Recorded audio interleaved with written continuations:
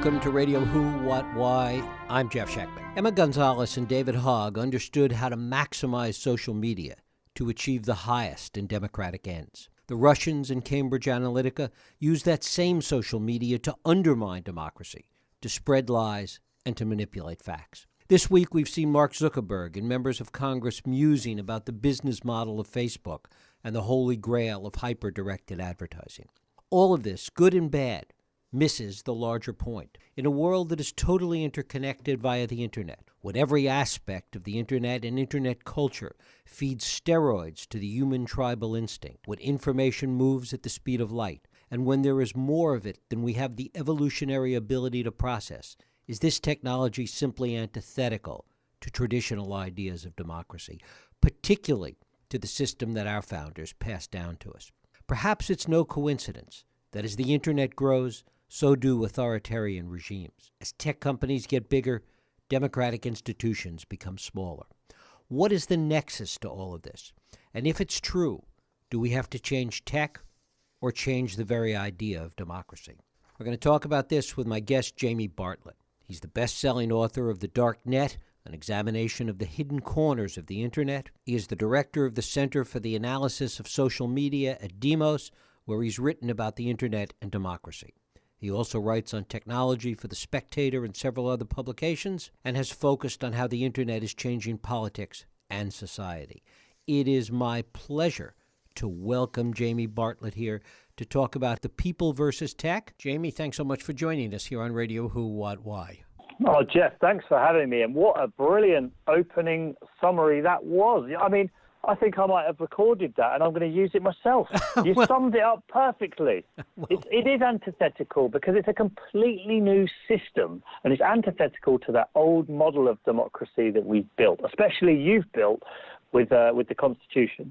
In many ways, if we look back to the earliest days of tech, the internet was supposed to set us free. Information wanted to be free.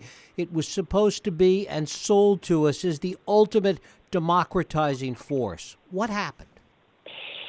What happened indeed, and you're absolutely right. It was always sold to us that way, and I don't think it was sold to us by devious people. I think the people involved in the early technology boom especially of the 90s, but even before that in the late 60s, truly did believe in its emancipatory powers. They imagined, above all, that with more information, more connectivity between people, it would be a naturally democratizing force if you just let it be. Unfortunately, that is not exactly how things have turned out. And two very obvious reasons is, one, that digital technology, I think, tends towards monopolization because it allows for a kind of rapid winner-takes-all sort of market where, for example, Google gets better the more data it has, and the more data it has, the better it gets, and then the more data it gets, which means the better it gets. And very, very quickly, because of this, it's known as network effect, you end up with these enormous monopolies that emerge very, very quickly. Why should I use the second best search engine when I can use Google for free as well? And the second reason, main reason anyway, is that I think a lot of the early pioneers had a slightly naive view of human nature. They just imagined that if we had more information and we were more connected with each other, we would become more informed. Our politics would be nicer. It would be wiser. And maybe that's true of the highly, highly educated professorial types who were behind a lot of the early internet. But for a lot of us, it's kind of overwhelming when you're just given so much information. And rather than turning politics rational, I think it's turned it more emotional and more tribal, which is one of the reasons we're seeing this drift towards ever more angry, divisive politics. And that was one of the things that nobody arguably could have anticipated, that it would play in to the worst of our tribal instincts, that the more information there was, the more data there was, that it would become so incredibly self-referential in feeding that tribal instinct. Well, Marshall McLuhan predicted it. The great Marshall McLuhan, the great cultural theorist of the 1960s, while he was a great techno optimist and he was excited about it.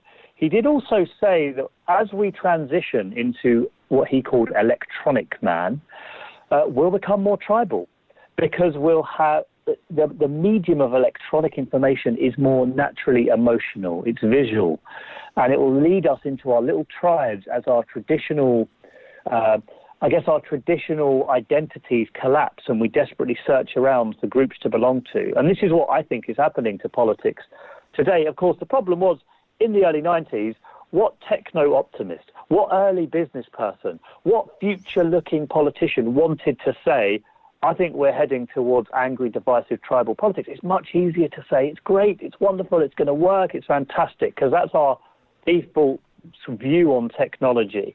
So a few people, a few voices were skeptical, but they were drowned out by, I guess, the rest of us.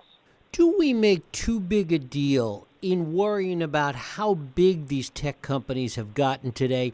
Because if we look historically, both in the tech sector and in other business sectors as well, that there is a natural churn to these things. I mean, you look at some of the huge companies like IBM or AT&T or Kodak that once dominated so many areas, and look at today, they're mere shadows of what they used to be. And it's certainly possible that the Facebooks and the Googles and others will be in that same position 20 years from now. It's certainly possible, but and you're right, and there's always the possibility of new upstarts turning up and disrupting the disruptors. However, it is always worth being on high alert for this, because once established, monopolies love to maintain themselves. And so you've already seen a great transfer of economic into political power from Facebook, Google, and the others. They've massively increased the amount of lobbying dollars that they spend. But also, I think the direction of travel of tech is towards much more artificial intelligence, much more internet-enabled devices. And I think both of those technologies also tend towards big monopolies. Here's the other thing that I think is really important, Jeff, which is if you were to split Google up, unlike traditional companies, Google would become far less efficient. The market wouldn't be as good if Google was split. The reason Google is so good is because it's like a monopoly, because it has all the data, which means it can get better and stronger results all the time. So the weird thing is with some of the modern digital tech firms is they become almost natural monopolies. And at that point, they are very hard to break up because it leads to a decrease in efficiency. And Mark Zuckerberg, in his testimony, said something very, very interesting that hardly anyone picked up on, which was that in the competition we face with China, Facebook is going to be very, very important. In other words, national security and economic well-being might even one day depend on these massive tech monopolies. So there might be a degree of reliance on them that we've not really seen before with traditional companies. And bear in mind as well, of course, that some of these platforms really are the places where we have our public debates.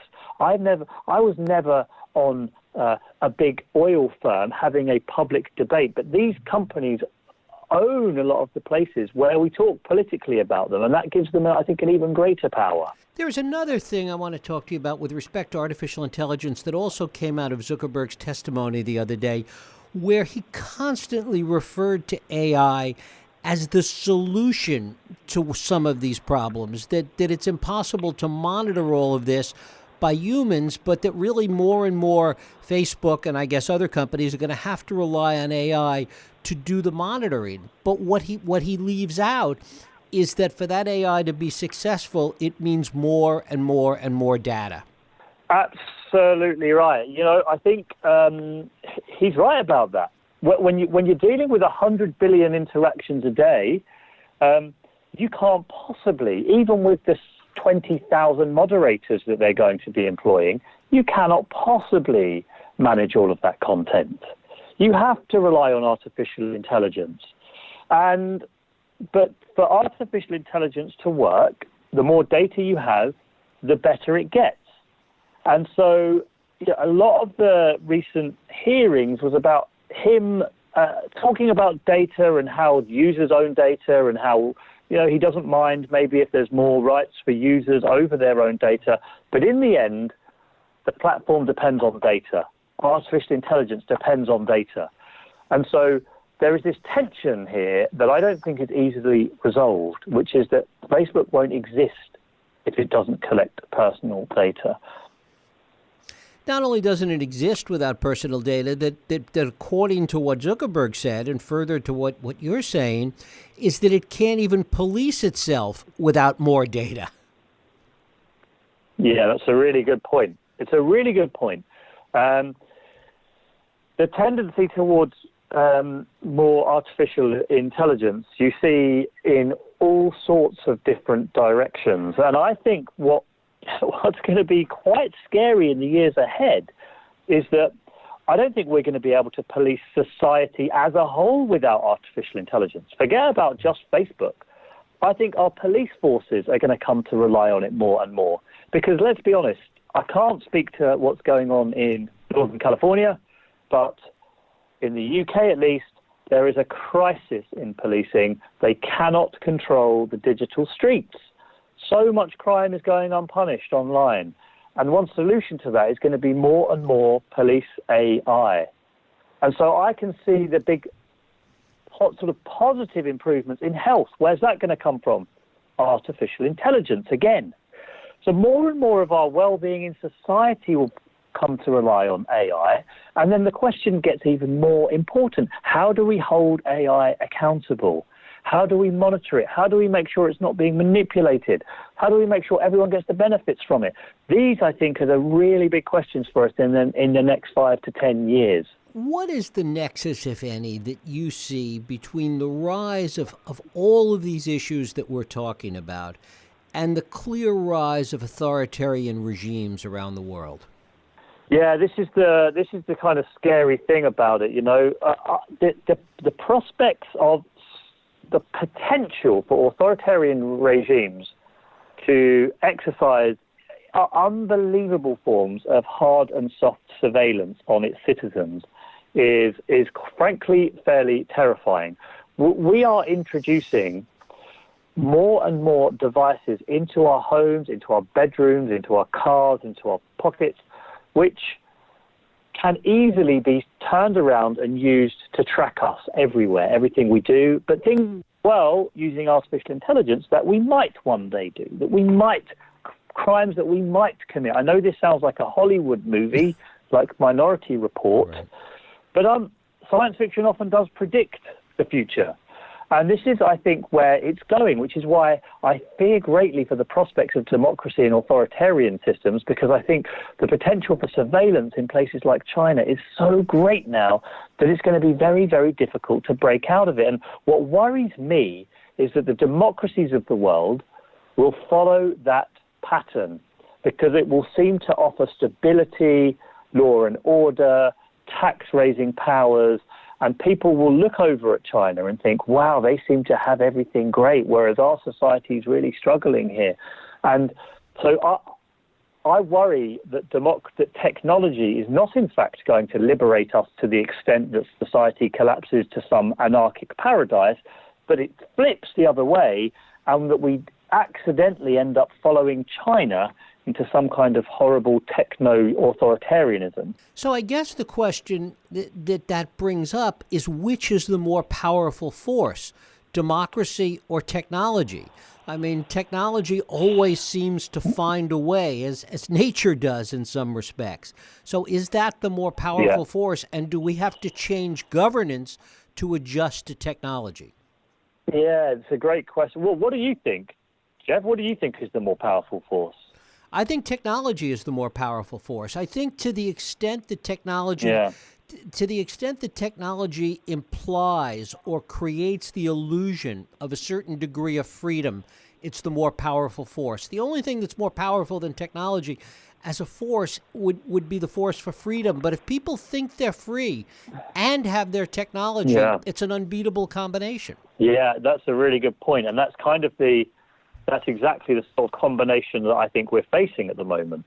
And I agree with you that I think the two things pitted against each other, which is essentially democracy, a system not just of freedom, but of control and law and technology, that is the great battle of our times. And I don't think that technology can be beaten or will be beaten by democracy, but I think it can have its edges smoothed.